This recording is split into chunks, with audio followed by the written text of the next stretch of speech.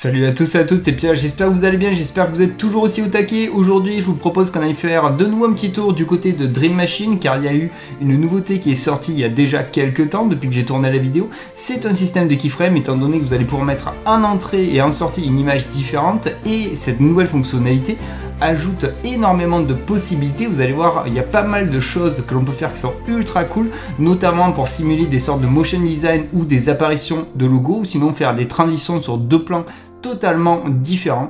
Du coup, installez-vous confortablement et c'est parti pour une vidéo sous le signe de Dream Machine. Allez, let's go!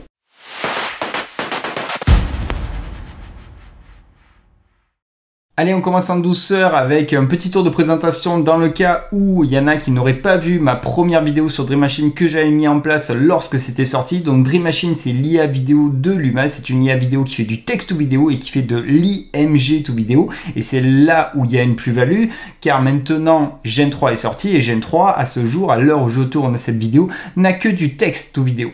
Donc certes, sur du text to vidéo, Dream Machine ne peut pas concurrencer avec Gen 3, c'est un non-match. Mais par contre, étant donné que Gen 3 n'a pas d'IMG to vidéo, ben là, un IMG to vidéo, il est très fort et depuis, ils ont rajouté le système de keyframe que l'on va voir tout à l'heure.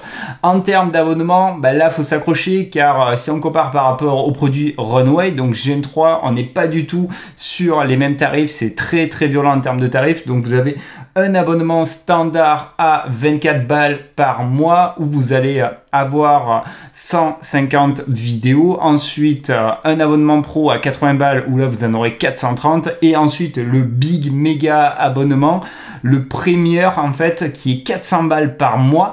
Et là, vous aurez 2030 générations. Donc 400 balles par mois, c'est ultra cher, sachant qu'on n'est pas illimité, on a 2030 générations.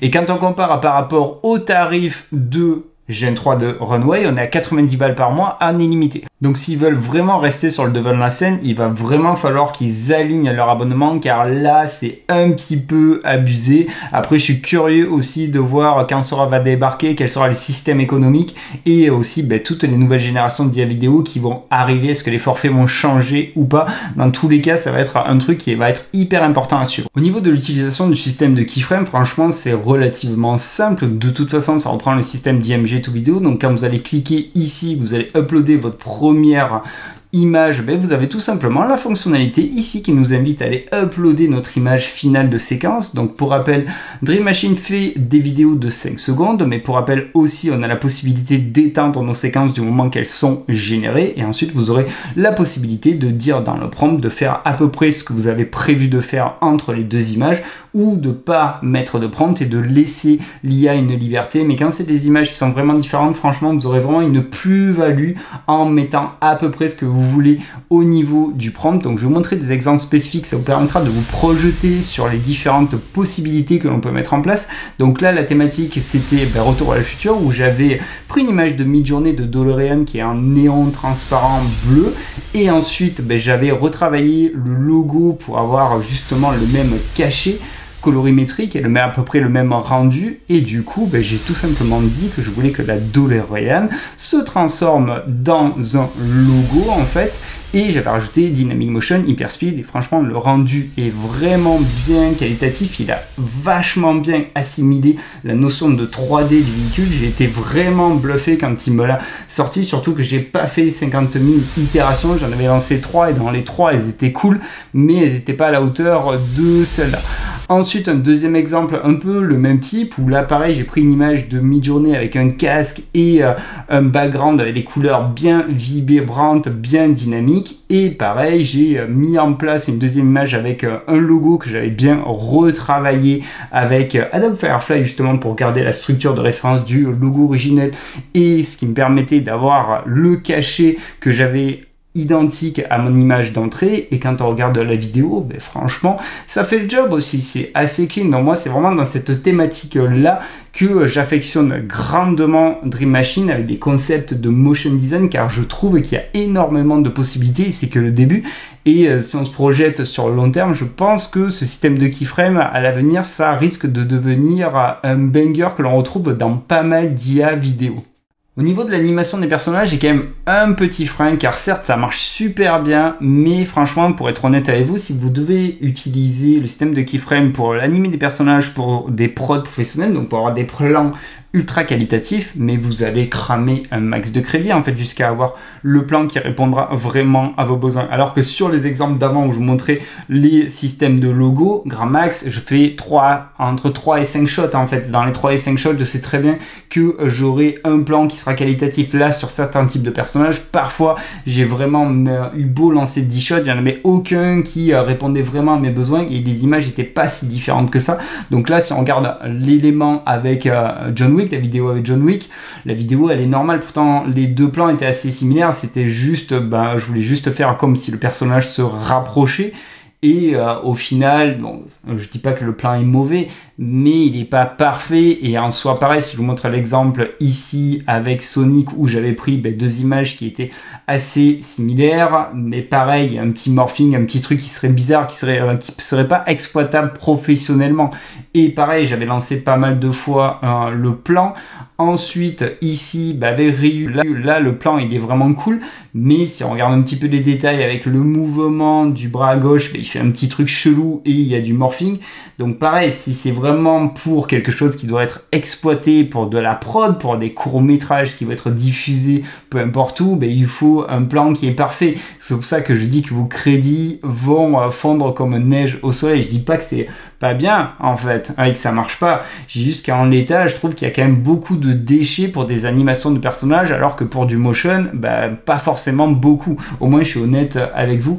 Là, pareil, le plan avec Snake, toujours le même pattern où je voulais faire comme le personnage passé de l'arrière-plan au premier plan, donc il marche, ok, il y a des trucs, mais quand on regarde dans les détails, c'est pas exploitable, c'est pas possible en fait.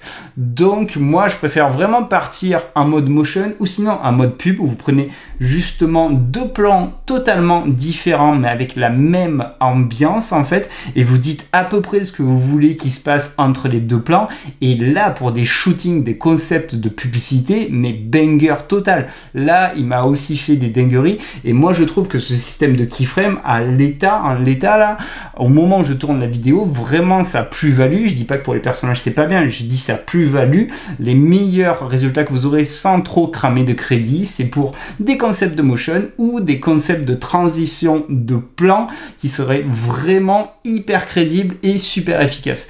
Allez, il serait temps d'aller se défouler sur la bête, et du coup, si vous m'avez écouté, on va pas cramer des crédits connement, on va pas du coup aller animer un personnage, on va plutôt faire un concept de motion design, de partir d'une image pour aller vers un logo. Donc là, on va partir de cette potion de mana là, donc pareil, comme d'habitude, même workflow, c'est une image que j'ai générée dans Midjourney, un petit coup d'upscale, et ensuite on va lui dire d'aller vers cette image qui reprend le jeu typographique de mon logo, où justement pour avoir ce rendu là, j'ai utilisé le structure référence de Firefly qui me permet de garder la même structure, et après j'ai mis à peu près le même prompt qui m'avait permis de générer cette image là, ce qui me permet d'avoir à peu près la même gamme chromatique. Et donc on va ici, on met notre image en entrée, on met notre image de toute façon en sortie. Et là, c'est pas compliqué parce qu'en général, quand j'utilise les images, les trois quarts du temps, c'est des images qui proviennent d'IA. Donc, je pars d'une base du prompt. Donc là, je pars de la base du prompt de Midjourney, où je dis que justement j'ai cette potion de mana qui a une énergie électrique brillante à l'intérieur et qui se transforme, ça c'est important, le token transforme en logo. Pas la peine de dire le logo, de toute façon c'est l'image de fin. Là c'était les informations au niveau des couleurs, et j'ai rajouté, chose que je n'avais pas dans les tokens de toute façon de Midjourney, Dynamic Motion et Hyperspeed. Là je peux laisser Enhance Prompt car j'ai pas forcément donné d'informations au niveau de la caméra, donc on peut le laisser. Et ce que je vous propose, de toute façon on ne peut pas supprimer les générations, donc ce que je vous propose c'est qu'on le lance 3 fois. Comme ça vous permettra d'avoir vraiment une visibilité sur ce qu'est capable de faire Dream Machine, car étant donné que je ne peux pas tricher en supprimant les résultats, là vous aurez vraiment une visualisation sur 3 crédits, qu'est-ce que ça aurait fait dans la thématique de motion. Donc là on en relance un, même joueur joue encore, je prends la deuxième image, je la mets, je pense pas que j'ai dans le presse-papier, donc je vais aller piquer le prompt en dessous sur la carte, je la copie, je colle, j'ai pas tout donc je rajoute Hyperspeed, il faut que je rajoute le le 3 aussi devant le D. Et là, pour celle-là, on va enlever le Enhance Prompt, comme ça, on verra la différence. On en fera 2 avec Enhance Prompt et une sans Enhance Prompt. Donc ok, envoyer c'est pesé, celle-là elle est lancée, donc maintenant il faut que j'attende qu'elle soit vraiment lancée pour pouvoir remettre en place. Ok, c'est chose faite, on remet la première image, même joueur joue encore, deuxième image, envoyer c'est pesé, on colle le prompt, on lance, et là, ce qui va être super intéressant, c'est de voir en temps réel le nombre de réussites, et si dans les 3 plans, on a vraiment un plan qui serait exploitable. Car là, je vous ai dit, franchement, je suis honnête sur cette thématique, vous n'allez pas énormément cramer vos crédits, contrairement à d'autres thématiques où là, par contre, vous risquez de cramer pas mal de crédits. Allez, c'est le moment d'aller découvrir les résultats. J'ai rien regardé, je vais découvrir ça en même temps avec vous. Écoutez, on va commencer par la première. Donc, vous voyez, j'ai généré d'autres trucs, on est vraiment sur les 3, je suis honnête avec vous. Allez, first one. Pas mal, on va se la regarder en plus grand. Ok, c'est cool, c'est crédible, c'est sympa. Ça va, franchement, pour un premier jet, on peut pas dire que c'est dégueulasse, c'est sympa. On a la potion qui se transforme en logo, donc la transformation pourrait être mieux. On verra si on a d'autres plans parmi les 2 autres qui sont plus sympas. Donc là, pour rappel, il y avait le Enhance Prompt. Seconde. Ok, elle est plus lente, ça reste fluide, ça reste intéressant, mais je suis moins fan. On a moins le côté dynamic motion et hyper speed, mais ça va, ça pourrait être exploitable, bien que je suis pas super fan, mais on est quand même sur un rendu qui est très sympathique. Donc sur les 2 qu'on a regardé, franchement, on est plutôt pas mal déjà. Et on va regarder le dernier crédit où il y avait Enhance Prompt. Oh, je kiffe. Yes, elle est énorme. Donc il a bien pris en compte le côté électrique, glowing électrique énergie. Et là, il fait une super transition. Donc dans les 3, moi, c'est celle-là que je préfère avec la première. Donc dites-moi dans les commentaires laquelle des 3 vous préférez. Et là, vous voyez, comme je vous ai dit, je vous ai pas menti, hein, j'ai fait 3 shots. Dans les 3 shots, il n'y en a aucun qui est dégueulasse en fait. Donc là, au moins, c'est super crédible, et je trouve que beaucoup de personnes se cantonnent à utiliser le système de keyframe pour animer des personnages, des environnements. Donc ok, c'est cool. Mais moi, je trouve que la plus-value, elle est là, en fait, pour des rendus de spots publicitaires, des concepts de motion design. Je trouve qu'il y a énormément de possibilités. Le workflow, il n'est pas forcément méga compliqué à mettre en place. En plus, on est assez économe en crédit. Donc, dites-moi ce que vous en pensez, vous, par rapport à ce que j'évoque là, d'utiliser le système de keyframe pour faire des plans de motion, de logo ou de motion, de ce que vous voulez. De toute manière, vous avez capter le principe. N'oubliez pas qu'on avait quand même 2 images qui étaient très différentes, et que dans les 3 shots qu'on a fait, ça fait le job. C'est quand même assez ouf. Je vous laisse imaginer toutes les possibilités créatives que l'on peut mettre en place avec ce système de keyframe, mais c'est pour ça que je voulais faire une vidéo pour vous le montrer, car je trouve que c'est un petit peu sous-exploité par rapport aux différents exemples que je peux voir ici et ailleurs sur les différents réseaux sociaux.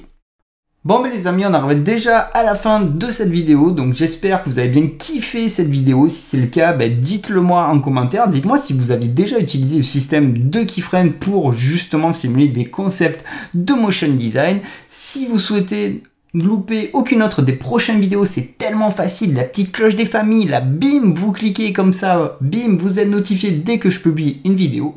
Et si vous voulez aider au développement de la chaîne, soutenir la chaîne, n'oubliez pas, on s'est donné un petit objectif là, faire péter les 10K avant octobre. C'est pas compliqué non plus, vous vous abonnez et ça aide moi aussi, ça me motive.